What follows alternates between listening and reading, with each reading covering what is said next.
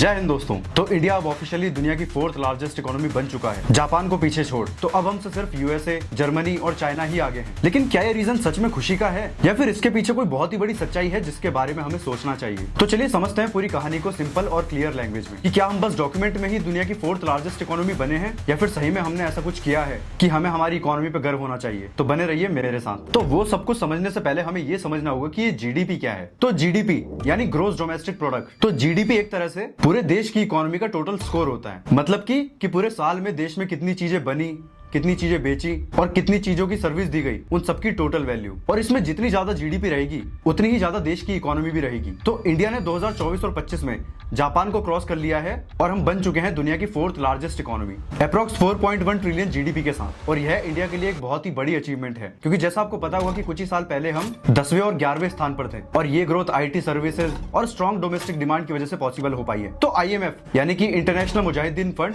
और world bank ने India की ग्रोथ को फास्टेस्ट अमंग मेजर इकोनॉमिक बोला है। पर जैसा आप देख रहे होंगे कि बहुत सारे लोग वीडियो बना रहे हैं कि इंडिया 4th लार्जेस्ट इकोनॉमी बन भी जाए तो भी कोई फायदा नहीं है, क्योंकि इंडिया की पर कैपिटा इनकम बहुत कम है। तो क्या है पर कैपिटा इनकम और ऐसा क्यों बोल रहे हैं सारे लोग, और इसको लेकर ऐसी चिंता की बात क्या है? तो यहाँ पर एक बहुत ही इंपॉर्टेंट पॉइंट भी है जो लोग अक्सर इग्नोर कर देते हैं। तो इंडिया की पर कैपिटा इनकम भी अभी जापान जैसे देशों से बहुत ही ज्यादा कम है। लेकिन ये पर कैपिटा का मतलब क्या होता है? तो पर कैपिटा का मतलब होता है कि अगर हम देश की जीडीपी को पूरे पॉपुलेशन में बांट दें तो एक आदमी के हिस्से में कितनी इनकम आती है, इसी का मतलब होता है पर कैपिटा इनकम।